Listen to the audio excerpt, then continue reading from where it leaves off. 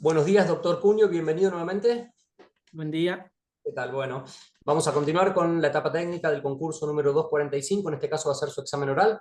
El concurso está llamado a cubrir un cargo de fiscal del caso para la segunda circunscripción judicial con asiento de funciones en Cutralcó. Vamos a presentar nuevamente a las doctoras integrantes de este jurado, a la doctora María Luisa Piqué y a la doctora María Eugenia Titanti, y nuevamente les agradecemos, por supuesto, por su participación en este concurso. Doctor, usted sabe que tiene 15 minutos para exponer el tema que ha elegido, ¿sí? Sí, Y posterior a ello, las doctoras le van a hacer las consultas que estimen pertinentes, y ahí tiene en pantalla, como ve, un reloj para poder ir ordenando su exposición. ¿Está bien? perfecto. Bueno, suerte, doctor. Gracias. Bueno, el tema que elegí, lo elegí porque es algo que veo que pasa habitualmente en el trabajo que realizamos dentro del Ministerio Público Fiscal. Lo voy a abordar desde un punto de vista dinámico, práctico. Voy a relacionarlo con la ley penal de fondo, con legislación procesal y asimismo con normativa internacional. Específicamente, el tema que voy a tratar es la medida de coerción más gravosa, la prisión preventiva, contenida en el artículo 113, inciso 7, pero específicamente abocada a aquellos delitos que tienen una pena, que conllevan a la imposición de una pena menor de 3 años de efectivo cumplimiento. ¿Y por qué hago esta aclaración?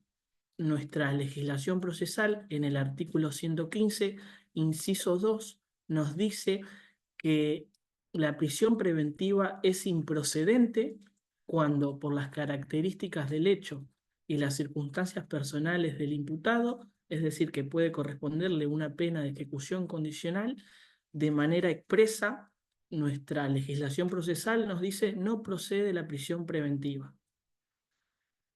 La pregunta que nos debemos realizar, que se debe realizar el fiscal, es ¿qué pasa entonces cuando tenemos una víctima de violencia de género con un peligro real e inminente y las demás medidas de menor intensidad no resultan eficaces? ¿Acaso no podemos plantear la prisión preventiva por este impedimento procesal? Específicamente traigo herramientas que debe tener en cuenta el fiscal para poder trabajar y para poder sortear este impedimento procesal. Así las cosas, voy a hablar respecto de dos fallos. En primer lugar, el fallo Natanael Vargas, que tramitó en la cuarta circunscripción judicial de la provincia de Neuquén, donde el juez en aquel momento de garantías, el doctor Nazareno Eulogio, llegado el caso se trató de Natanael Vargas, mantuvo una relación de pareja con la víctima. Una vez que se separan, comienza a hostigarla. Hubo, desde el fuero de familia, se impusieron medidas cautelares, prohibición de acercamiento, prohibición de efectuar actos de perturbación e intimidación. Sin embargo, Vargas incumplió estas medidas, le propinó luego golpes a la víctima, le realizó amenazas con un cuchillo. Durante la investigación penal preparatoria, el Ministerio Público Fiscal, en conjunto con la defensa, realizaron un acuerdo parcial donde acordaron la responsabilidad de los hechos y luego, en una segunda audiencia, fueron a discutir el monto de la pena como asimismo la modalidad.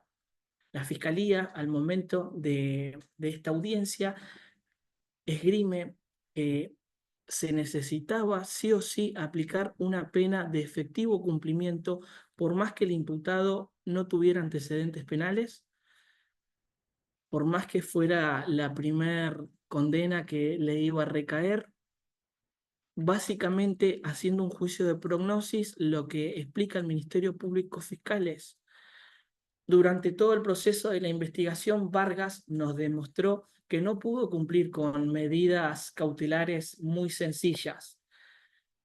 Si le imponemos una pena de ejecución condicional conlleva, por obligación del artículo 27 bis del Código Penal, a imponerle medidas de conducta. Haciendo un juicio de prognosis, Vargas no respetó estas medidas y esta misma medida se le tendría que imponer con las reglas de conducta. Nos demuestran que Vargas no las cumpliría. Asimismo, para agravar y apartarse del mínimo, el Ministerio Público Fiscal argumentó la naturaleza del hecho, que fueron hechos disvaliosos cometidos contra una misma mujer, la intensidad de las agresiones que hubieron en el caso, tuvo en cuenta que fue una violencia increciendo, amenazas, luego golpes de puño, amenazas con cuchillo y la reiteración a las desobediencias judiciales.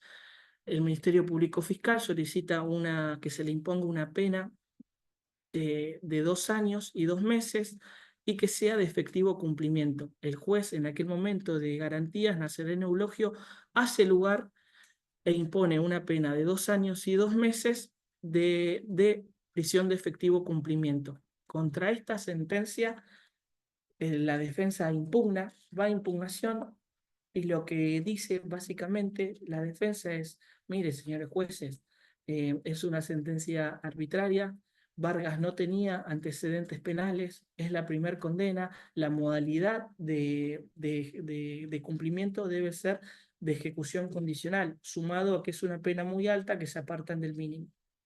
El tribunal de impugnación, compuesto eh, por el doctor Repeto, Sommer y de Yup, confirman en la totalidad la pena impuesta por el juez de garantías, donde refieren que la sentencia fue aplicada debidamente, eh, que era necesario que era necesario que Vargas, que el imputado cumpliera la pena, cumpliera la pena en una pena de efectivo cumplimiento para que pueda hacer un tratamiento psicológico, además para poder controlar los motivos, los impulsos que los llevaban a cometer actos violentos contra la mujer. Luego de este fallo hay otro fallo similar, Araos Luis, también que tramitó en la cuarta circunscripción judicial, donde el tribunal de impugnación compuesto por Deyup, Martini y Sommer confirman la sentencia, un caso muy similar al de Vargas, pero acá recogen el guante de la Convención Belém do Pará. ¿Y qué es lo que explica Deyup? Dice: el Estado argentino tiene, a partir de la CEDAW y de la Convención Belém do Pará, tiene obligaciones, entre ellas sancionar este tipo de delitos, y también argumentan que la sentencia fue debidamente fundada y que no es una regla la aplicación de una pena de ejecución condicional en todos los casos, sino que justamente se debe hacer un análisis del artículo 26 contenido en el Código Penal. ¿Qué es lo que nos habla el artículo 26 del Código Penal? Específicamente nos dice que es una facultad de los tribunales, cuando al imputado le pueda corresponder una pena menor a 3 años, y deben fundamentar bajo pena de nulidad, teniendo en cuenta la personalidad moral del imputado, la naturaleza del hecho, y explicar por qué resulta innecesaria la pena de efectivo cumplimiento.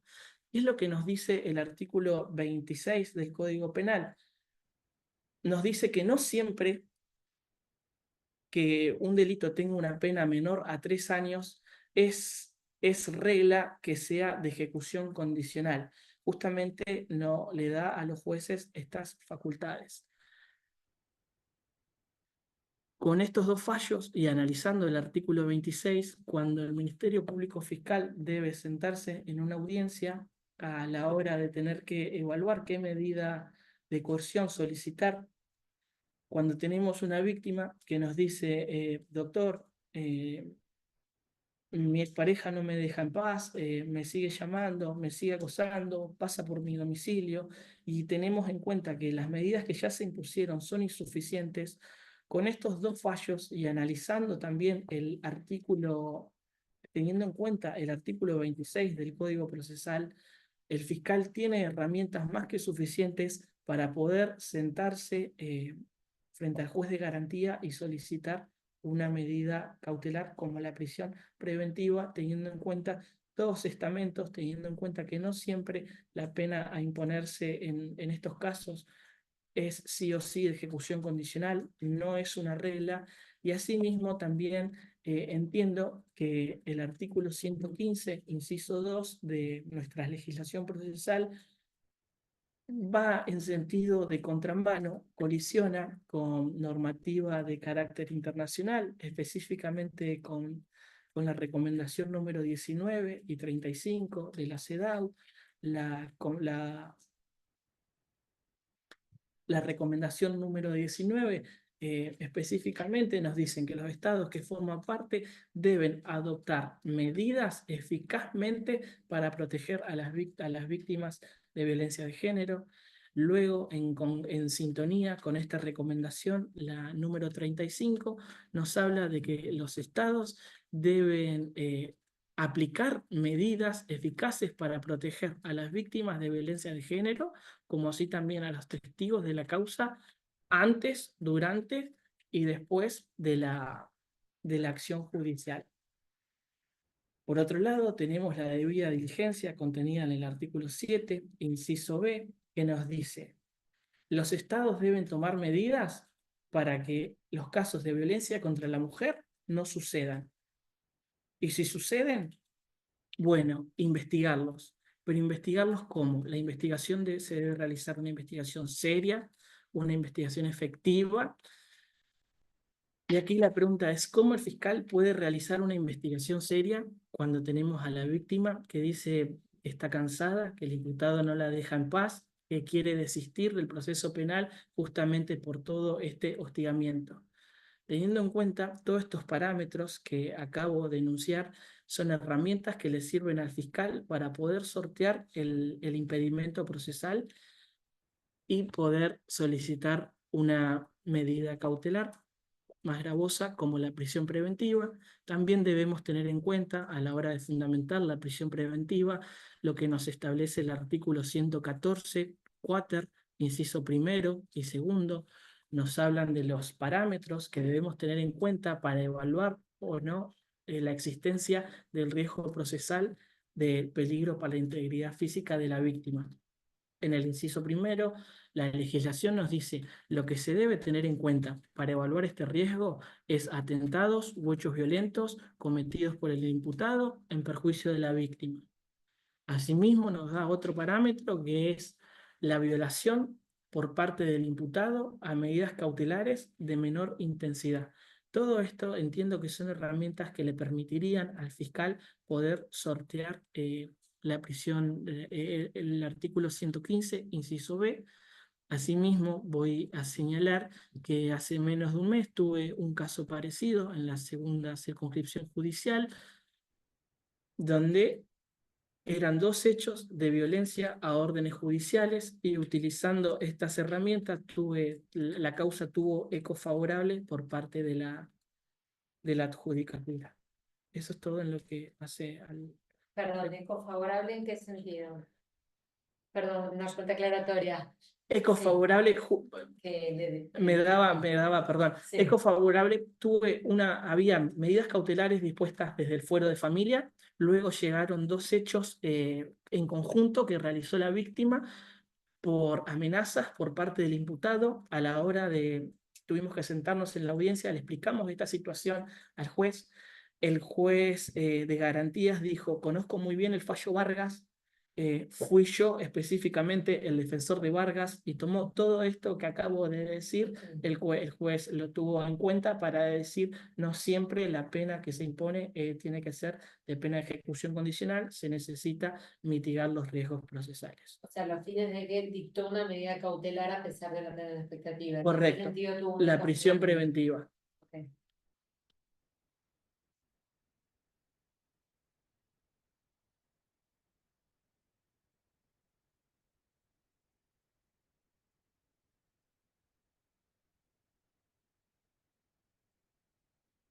¿Un paso? Dale. Vos te referiste en tu exposición a delitos que tienen o que están vinculados con la violencia de género. Correcto. ¿Qué considerás vos que implica investigar un caso con perspectiva de género? Bueno, voy a partir de la base de lo que nos habla el protocolo para investigar estos casos. La frase que se utiliza normalmente es ponerse los lentes de género, las gafas de género, tener en cuenta las posibles situaciones de vulnerabilidad que puede atravesar la víctima para no contar con estereotipos de género. Debemos realizar una investigación lo más inmediata posible para recoger todos los elementos probatorios, actuar de oficio. Entiendo que también debemos mantener comunicación inmediata con la oficina de violencia perteneciente al juzgado de familia. Todas estas son herramientas que nos permiten investigar con perspectiva de género. Muchas veces hay antecedentes en familia y es una buena práctica, una buena herramienta poder trabajar en conjunto, solicitar los informes que hayan en los juzgados de familia, en la oficina de violencia, que muchas veces los realizan los equipos interdisciplinarios. Y supongamos que estás en un caso en donde no hay antecedentes de este tipo. Vos consultas a familia, no hay denuncias.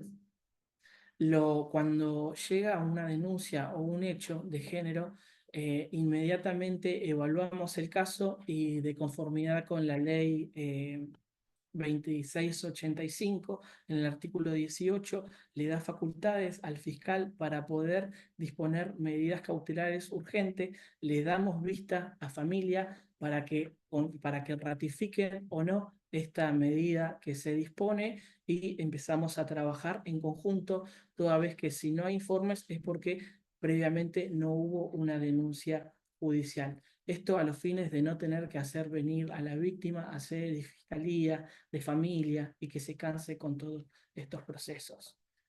Bien, pero yo me refiero a, vos hablas de investigar con perspectiva de género y esto implica, decías vos, pedir informes o antecedentes en relación a denuncias previas.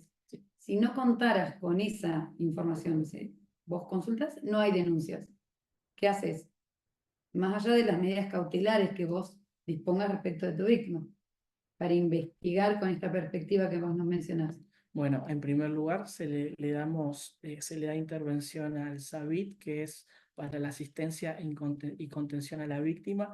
Citamos a la víctima, nos comunicamos con la víctima para que pueda venir a sede de fiscalía o, en todo caso, si se le complica, a sede policial, se le toma entrevista y a partir de ahí comenzamos a trabajar.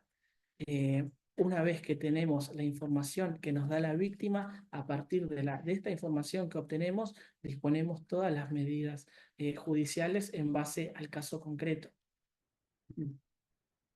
Sí, unas preguntas ampliatorias también de este tema. Primero vos hablaste de un protocolo para investigar estos casos. ¿Te referís a algún protocolo en particular? Sí, al protocolo del Ministerio Público Fiscal de la Nación. De UPER. Correcto. Tengo otra pregunta. También dijiste que harías una investigación lo más inmediata posible para recoger los elementos de prueba y actuar de oficio. Por ejemplo, el caso donde la mujer denuncia unas lesiones leves, Sí, pero ya al día siguiente dice, no, me arrepentí, yo denuncié, la acción penal o cualquiera sea la fórmula que haya utilizado, o sea, primero pidió una investigación penal y después dice, no, ahora me arrepentí, ya está, ya me reconcilié, además lo pensé mejor, me di cuenta de que va a ser muy caro, digamos, ¿cómo actuarías ahí? ¿Qué evaluarías? ¿Cuál sería la normativa pertinente? ¿Cómo la interpretarías? Estamos hablando de unas lesiones leves, ¿no? sí, sí.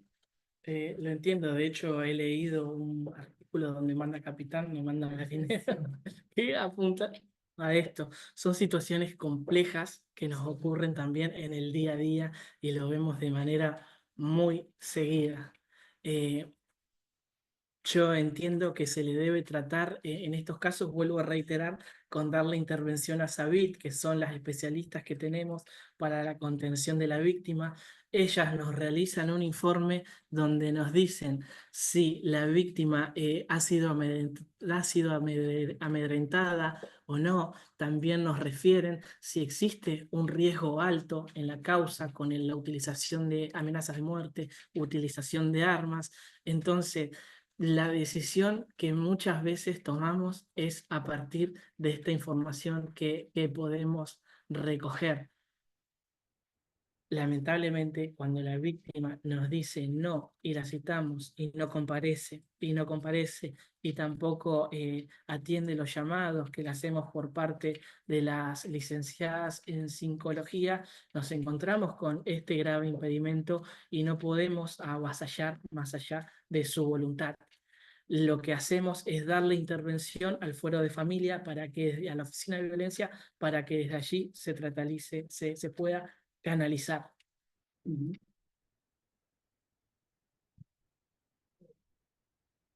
Yo quería volver sobre lo que vos dijiste, vos mencionaste el protocolo de la UFEM Sí. para investigación de femicidios. Y localmente en Neuquén tenemos alguna normativa o alguna guía para la investigación de estos casos.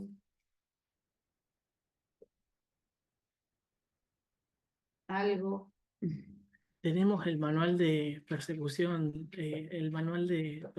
penal, Ujú, elaborado por nuestro fiscal general en conjunto con los demás fiscales, donde nos abordan las pautas que tenemos que realizar, que son muy parecidas también al de la ujú, UFEM. ujú.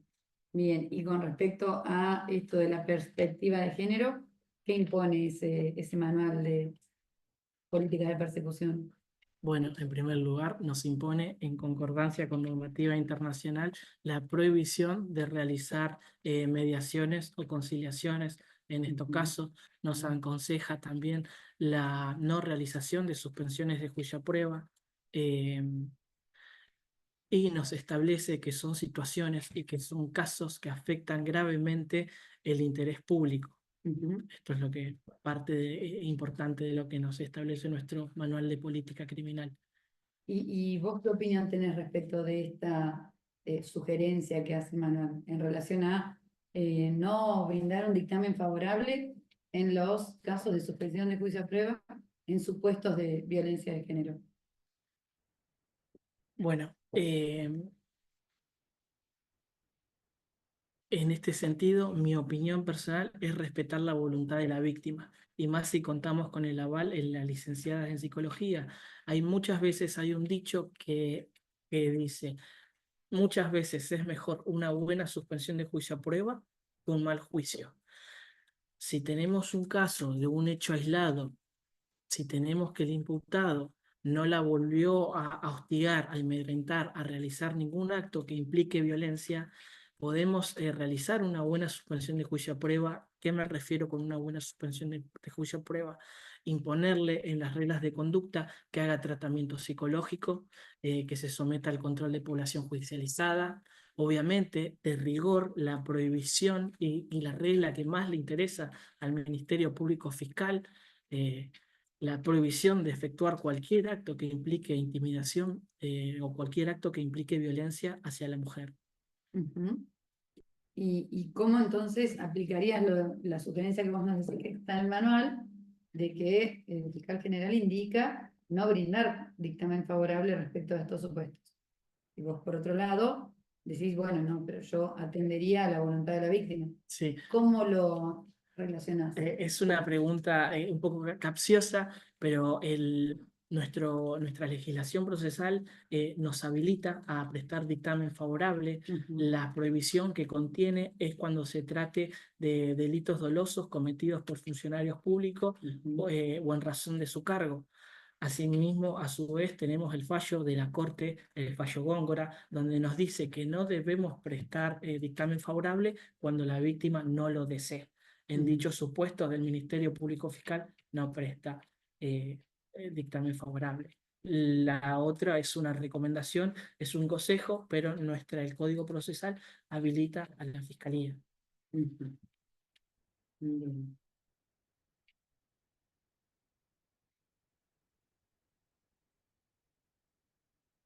¿Hago la otra, crees? La del- Sí, Vamos a salir de Bueno. este tema para ponerte en una situación hipotética que podría suscitarse en la fiscalía, una que vos tenés a cargo. Se presenta una mujer de 40 años de edad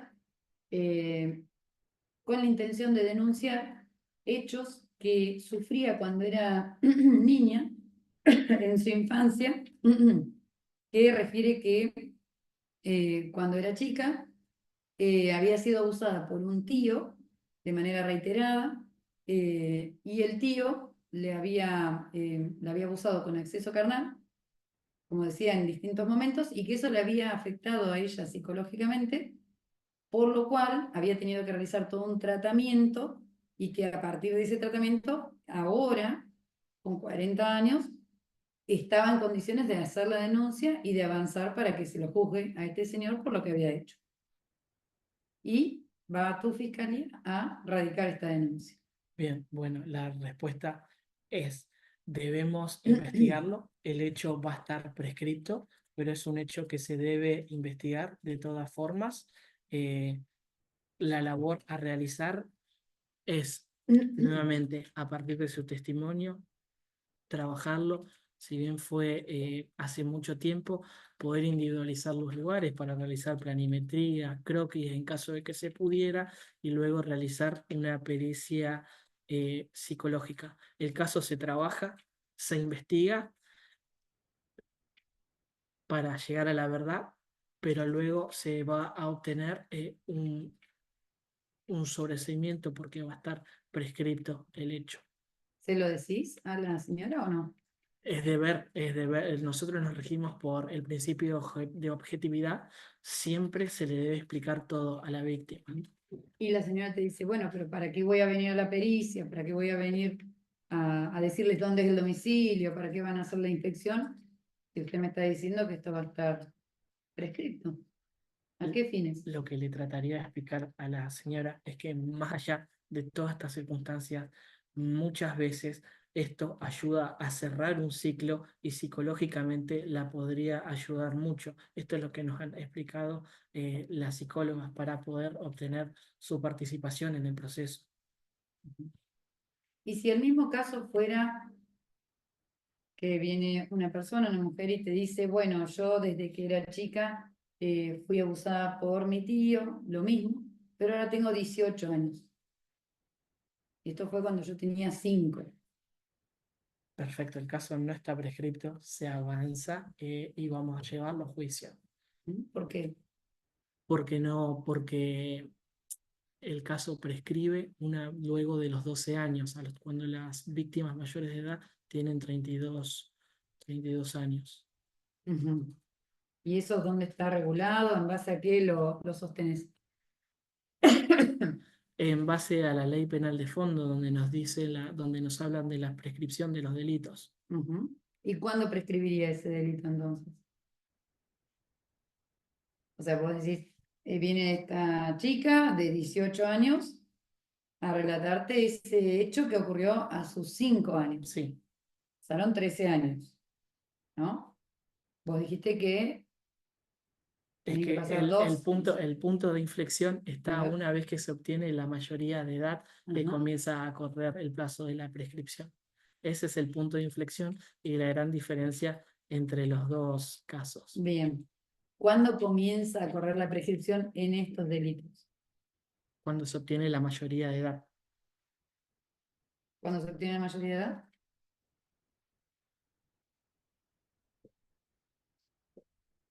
Bien. Está bien. ¿Vos recordás que es cuando se obtiene la mayoría de edad? Sí. En ese caso, en el segundo supuesto, ¿vos qué le dirías a esa víctima? Le explico cómo es el proceso.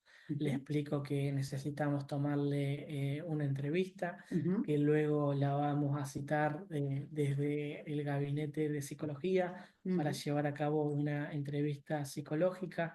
Asimismo, en esa misma entrevista le tratamos de obtener información si se lo contó a alguien, ujú. a la mamá, al papá, a algún amigo, a su psicólogo particular, Bien, para obtener información externa y también poder entrevistarlos. Se le explica cómo es el proceso, cómo funciona el proceso. bien. ¿No? Sobre este tema no, cambiamos de Ujú, tema. sí. Quería preguntarte, digamos, qué opinás sobre la fatalidad o no de los plazos en el procedimiento penal neuquino y si el fallo Price incide de alguna manera. ¿Cómo interpretarías vos esos plazos? Bueno, me gustaría comenzar diciendo que el Ministerio Público Fiscal de la provincia de Neuquén eh, es uno de los que mayor eficacia tiene. Creo haber visto hace tiempo unas estadísticas de INESIP, que no sé si se encuentran en primer o segundo lugar, que es lo que quiero decir con esto. Eh, las investigaciones en la provincia de Neuquén avanzan muy rápido, los procesos, hacer un sistema penal acusatorio donde rige la oralidad, las investigaciones las llevamos de manera rápida.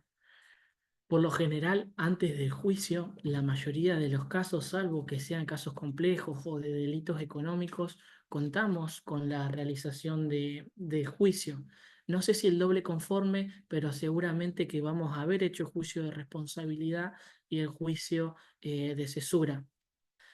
Luego del fallo Price está el fallo Starley, donde en base al fallo Price nos dicen, nos hablan de la inconstitucionalidad de los fallos procesales.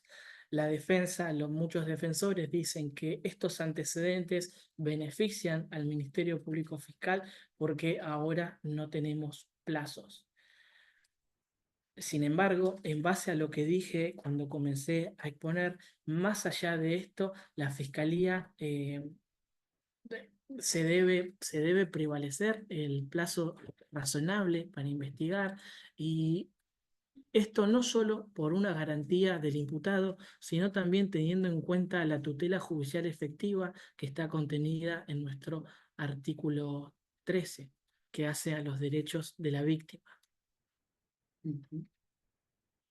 Entonces, en definitiva, para continuar la pregunta, Más allá de que hayan declarado la inconstitucionalidad de los plazos, el Ministerio Público Fiscal yo creo que sigue respetando los plazos, no solo por la garantía del imputado, sino también teniendo en cuenta el derecho a las víctimas. ujú, ¿Y te acordás sobre qué base declararon la inconstitucionalidad? ¿Cuál es el argumento de la Corte, por ejemplo, para decir que es inconstitucional? Básicamente lo que dijo la Corte es que no le fue delegado a las provincias legislar sobre plazos procesales, sino que esto es una facultad específicamente que le fue delegada al Congreso y que está establecida en la Ley Penal de Fondo.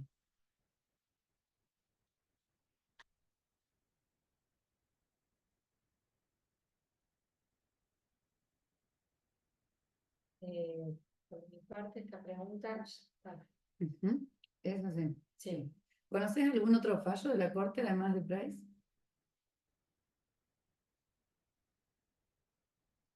Y hay otro más, pero no me lo acuerdo. Está bien. Bueno, ¿cambiamos de tema? Sí. Bien. Vamos a otro supuesto Sí. hipotético, en el caso de que estés a cargo de la Fiscalía, te llama personal policial de la comisaría informándote de que en un domicilio particular hay una mujer fallecida, ¿sí? Que la policía va al lugar y que esta persona, esta mujer, está junto con otros hombres, 2 hombres, que también conviven en este domicilio y que le informan a la policía de que la mujer se había suicidado. Pero que como la mujer tiene un médico de cabecera, ellos ya habían contactado a ese médico de cabecera y el médico le firma el certificado de defunción, la paciente psiquiátrica, que ella venía con una depresión y que esto es entendible en este contexto. Con lo cual, te piden que no avances con todo lo engorroso del procedimiento porque, ¿para qué? ¿No? Horas de la madrugada, vos estabas durmiendo, recibís este llamado. ¿Qué le respondes? En primer lugar, que la Fiscalía es el titular de la acción penal, que nosotros somos quienes, por así decirlo, quienes dirigimos la investigación, Ujú. que se haga, que no toquen nada. Llamo enseguida a mi asistente para concurrir al lugar del hecho. Le pido a personal policial en este interín, en el llamado telefónico, que convoquen al personal de criminalística. Corto el llamado, llamo a nuestro médico forense para que se constituya en el lugar. Vamos enseguida con el asistente letrado y el personal de la fiscalía al lugar del hecho. Una vez en el lugar del hecho, le pido a criminalística que realice, conforme lo establece el protocolo de la UFEM, 3 cordones: uno para donde está el cadáver, otro donde vamos a actuar los funcionarios y la policía, y el tercero donde pueden estar afuera los testigos familiares. En este sentido, en primer lugar, lo que se debe realizar es una videofilmación para que quede todo grabado, cómo se encuentra el cuerpo, las características de las vestimentas, y siempre se debe partir de la base, de la hipótesis de un posible femicidio. En consonancia con esto, luego de trabajar en el lugar, se le debe poner bolsas de papel a la víctima en las manos por si tuvo actos defensivos para poder extraer ADN. Se solicita que se realice la autopsia, y junto con la autopsia también se debe disponer que se realice un examen genital a los fines de determinar posibles hechos de abuso sexual. Ujú. Hace poco, lo que me estás hablando es hubo un caso muy parecido en la ciudad de Cutralcó, donde lo tramitó otra fiscalía, una menor de 15 años que se había suicidado. Con muy buen atino, la fiscalía dispone la realización de autopsia, y queda un abuso crónico constante por parte del tío. Entonces siempre se debe partir de la hipótesis de un posible femicidio. Ujú. Y en este supuesto que, entonces, vos considerás que en este caso vos le dirías a la policía de que no le darías lugar a esta sugerencia que te hacen los hombres que están ahí presentes. Correcto. Todas esas medidas que vos referís de investigación en el lugar del hecho, Sí, esta inspección ocular y todo lo demás que vos indicaste, ¿lo llevas adelante en ese mismo momento? en el mismo momento, porque recién todas las actuaciones van a llegar al otro día. Eso se hace en el mismo momento. Primero se dan las directivas por teléfono, que no toquen nada, que armen los cordones. ¿Y quién dispone esas medidas de investigación? ¿O quién dispone la realización de esas diligencias en ese lugar? El fiscal, El fiscal. el fiscal. Ujú. Eh, Vos tenés a 2 personas y vos decís que actuás en función de un presunto femicidio. Correcto. Bien. ¿A quién o de quién sospecharías vos? ¿A quién tenés como sospechoso? Inmediatamente a esas 2 personas que están en el lugar del hecho. Lo que se debe realizar también es tomarla cualquier tipo de declaración espontánea que hagan, asimismo evaluar, hacerle una requisa personal a ambos sospechosos. ¿Quién ordena esa requisa personal? Todo el fiscal. ¿Fiscal? ¿De esas 2 personas sospechosas? Correcto, el fiscal lo dispone, luego lo dejamos detenido en virtud del artículo 112, esta facultad que nos confiere para poder detenerlo 24 horas, y durante el día, cuando nos lleguen las actuaciones, o al menos el RUC de la policía, labramos todo y enviamos todo al juez, al médico para que realice la autopsia. Pero ¿Y vos dijiste que valorarías o atenderías a presuntas o posibles manifestaciones espontáneas? correcto, Supongamos que vos llegás y uno de ellos le está contando al policía todo lo que pasó. Desde que iniciaron la tarde juntos, que fueron a compartir a un lugar y después la mujer se enojó y bueno, y después yo me saqué y le está contando todo eso al policía, ¿no? Y vos lo ves. ¿Qué haces? en primer lugar, no hay una autoincriminación, todavía no está imputado, es en principio un testigo del hecho, es una declaración espontánea, no tiene por qué tener un abogado defensor en ese momento. Esta información luego puede ser debatida en una audiencia por el juez, donde la defensa se puede oponer en base al principio de autoincriminación, pero en principio dejaría que le tomen, asimismo lo establece el protocolo de la UFEM, que se tomen las declaraciones espontáneas. ¿Lo dejarías? Se te acerca ese mismo hombre y te dice, no, yo le voy a contar todo lo que pasó, ¿no? Vos no lo imputaste, está ahí, vos estás con la persona fallecida y te dice, no, yo le voy a contar, vamos a hablar de lo que pasó hoy. ¿Vos qué haces? Yo no tengo indicio para que me diga que es imputado, lo dejo que cuente. Si de esa información surge algo autoincriminante, inmediatamente hay que imputarlo y que vea al abogado defensor. Luego, en audiencia se va a debatir la legalidad o no de la información que está en este acta. Bueno. Quizá la respuesta puede ser que no, en base a esto, que se puede No, autoincriminar. me interesa saber vos qué haces Sí. en esa situación. Vos llegás Lo y que, esta persona te dice, yo te voy a contar. lo que respondí, porque necesito obtener información. Necesito obtener información de qué fue lo que pasó. Bueno. Vamos con el justo, ¿no? ¿Vamos con el justo? Sí, porque empezamos, ¿Nos falta una? creo que empezamos en 25.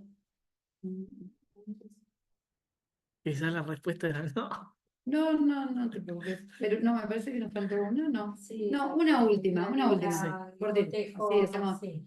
No, a ver, vas a juicio Sí. y estás contraexaminando a un testigo aportado por la defensa y vos advertís que está faltando la verdad Sí. y necesitas utilizar algún elemento para marcar esa falsedad, ¿no? ¿Cómo lo haces? Bueno, lo que se realiza en la práctica es, yo seguramente voy a tener una declaración previa hecha por el imputado, le pido autorización al tribunal, manifiesto, le refiero que hay contradicciones, le pido autorización para poder mostrarle una entrevista previa que tengo, me paro, me acerco al testigo, le consulto si recuerda que ya lo hemos entrevistado antes, le muestro la entrevista, le pregunto si reconoce su firma, en caso de que la reconozca, donde le muestro el párrafo donde me está diciendo otra cosa, le digo que por favor lo lea, y una vez que lo lea, no voy a tener más preguntas, ya va a quedar demostrado que la contradicción en la cual incurrí. Y si es un testigo de la defensa y la defensa no te aporta una declaración previa, ya sea filmada o escrita, ¿vos qué haces? Es que para ir a juicio, la fiscalía, cuando va a juicio, por lo general, no solo entrevista a los testigos de parte, sino que es deber nuestro entrevistar también a los otros testigos. Está bien, Sí. ¿vos lo entrevistarías? Sí. Está bien. Bueno, ahora sí creo que ya estamos con todas las preguntas hechas. Justo tiempo, Bien. sí. Bueno, Bueno. Muchas estás gracias. liberado. Gracias por tu tiempo. Terminamos. Ahora.